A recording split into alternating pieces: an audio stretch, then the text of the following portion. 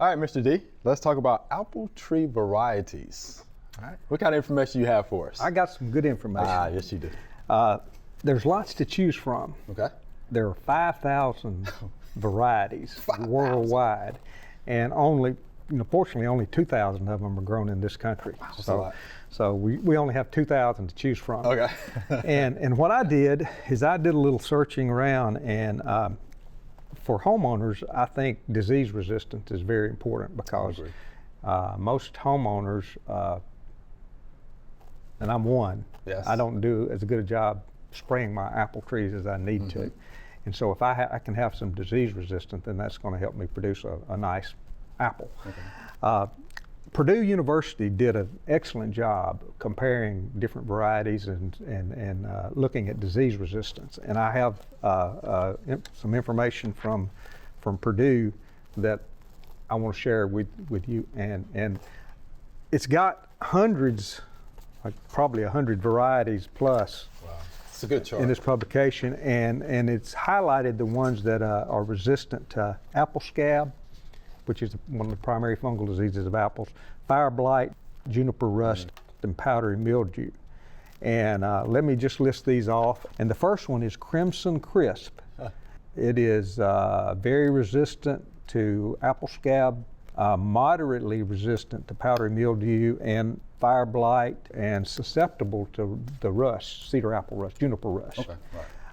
The Enterprise is a variety that's resistant to scab, fire blight, juniper rust, susceptible to powdery mildew. Florina or Quarina is another one that's resistant to everything except the juniper rust. Freedom is resistant to all of those four different diseases and problems. Gold Rush, very resistant, moderately resistant to apple scab and fire blight.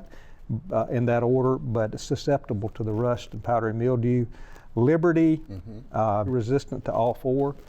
Mac Free, resistant to all four.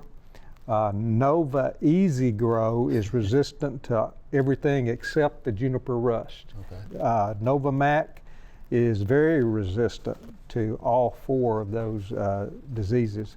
Nova Spy is resistant to, I don't understand this, it's resistant to apple scab, susceptible to juniper rust, moderately resistant to powdery mildew, and under fire blight it has not applicable. So I assume they didn't test it. Prima is very resistant to apple scab and powdery mildew, moderately susceptible to fire blight, and very susceptible to juniper rust. Priscilla, resistant to all four. Pristine is the one that I'm familiar with. It's very resistant to apple scab and resistant to fire blight, susceptible to juniper rust, but resistant to powdery mildew. Surprise, resistant to apple scab and powdery mildew, but susceptible to fire blight and the rust. Williams Pride is the last one that's very resistant to apple scab and juniper rust and resistant to fire blight and powdery mildew. No matter what varieties you get, you're going to need to follow a spray schedule, home orchard spray schedule. Your local extension office and get whatever is recommended for your area. I'm going to tell you what it's probably going to be. I'll tell you what it is for here in Tennessee. You know, it's basically just at bud swell, an oil with Captan, the fungicide. Captan is the fungicide that's going to be mentioned. It's what we recommend in Tennessee.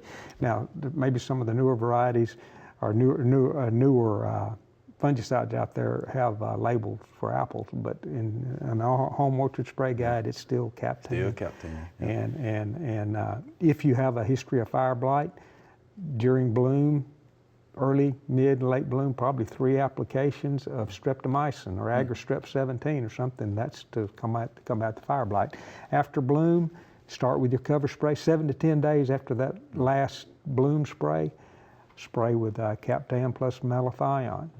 And so do not use an insecticide during bloom. You don't want to take out your honeybees. But then every 2 weeks, if your spray doesn't get washed off, go with that Captan plus malathion, and that's pretty simple. You can mix it yourself, or you can find it in home orchard spray, a commercial spray. Be careful, do not use a home orchard spray that has carbaryl in it. Right. because carbaryl can cause apples to thin. Yeah. Apples need a certain amount of cool weather. They need a certain number of chill hours. Right. And let's talk a little bit about that. Yeah, let's do it. Chill hours, a simple way of putting it, is pretty much the number of hours below 45 degrees minus the number of hours above 60 degrees Okay. that you have in the wintertime. In the Orlando area, it's got 0 chill hours. And you get up to, up northern pier, northern part of the Panhandle, South Georgia, South Mississippi has only, 200 to 400 hours, and then it goes on up, and you get up into the Great Lakes area, 1,400 chill hours. 1,400. And with peaches,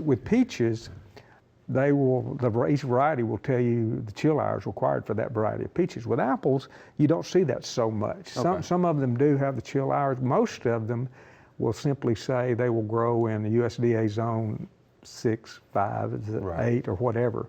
And so you need to be familiar with USDA zones, growing zones, and then just select your apples based upon that. So what happens if you try to grow an apple in the wrong chilling zone? There are several things that could happen. The worst thing that could happen is it could die. If it doesn't get enough chill hours, the apple tree just won't survive. If it's too low chill hours, it will bud out early and it'll freeze. The freeze will kill it. If it's requires too many chilling hours, it will never fruit. It will never. You got to have those hours have to be met before it will fruit, and so it just won't do well. At the best, it won't do well. At the worst scenario, it will die. It will die. Yeah. I looked at Georgia. I looked at Florida, Oregon, and Iowa, and there were a few varieties that just kind of showed up everywhere. Okay. And I'm going to mention those. And but some of these do not have some of the resistance that I mentioned. But these varieties, I mentioned Golden Delicious, Red Delicious is also on that list, Jonna Gold, Gala, Fuji, and Granny Smith. Those varieties grow pretty much all over the country. Right. And I spent 12 years down on the Gulf Coast. Okay. And a lot of the apple varieties that do well in most of the country don't do well in extreme southern areas, some of the tropical or subtropical areas. When I started, I pulled up a Florida publication and brought back some old memories, some of the varieties, because the varieties of apples that do well in South Florida and South Alabama, down on the Gulf Coast, Right. and I say South Florida, even the Panhandle of Florida, and southern part of Texas and places like Southern California even, would be Einschmier, Elah, Mayan, Michael, and I don't know whether I'm pronouncing these right or not, Shlomit. They're all Israeli. They're from the Israel varieties, and they do well in the extreme south. In the northern part of Florida, the Panhandle of Florida, and southern Georgia, and southern Alabama, and southern Mississippi, places like that, Anna, Dorset Golden, and Tropic Sweet would probably work for you. Now, all of these varieties that I just mentioned, don't try to grow them up north. Right. Don't try to grow them Don't do that. much further north than the areas that I mentioned. Sounds good. But in looking at Oregon, let's go up in the northwest.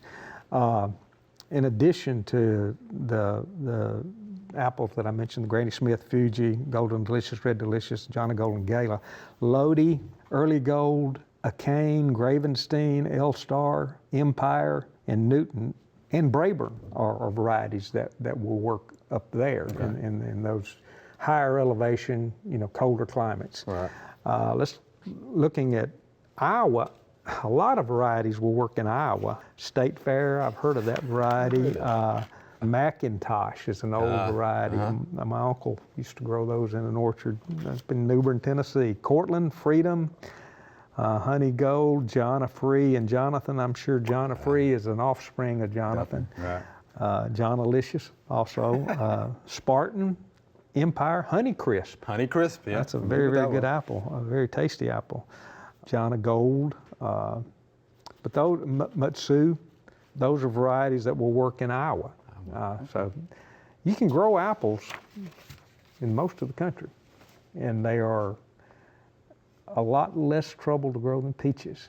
Yeah, definitely that. Let's talk a little bit about rootstocks, and let's define that for the people. What do we mean when we talk about rootstocks? Okay, rootstocks are usually a seedling plant that you graft more desirable types of plants onto that rootstock. And the rootstocks are chosen because they are more prolific. They're hardier, faster growing than the plant that you're grafting onto that rootstock. You can graft them, you can bud them. There are several different ways of actually, creating, a plant on rootstock. But it's very important that you choose plants that need to be on rootstock. You need to choose a plant that is on rootstock. And I can, apples and peaches and plums and nectarines and pears are examples of plants that are grafted or budded and onto rootstock.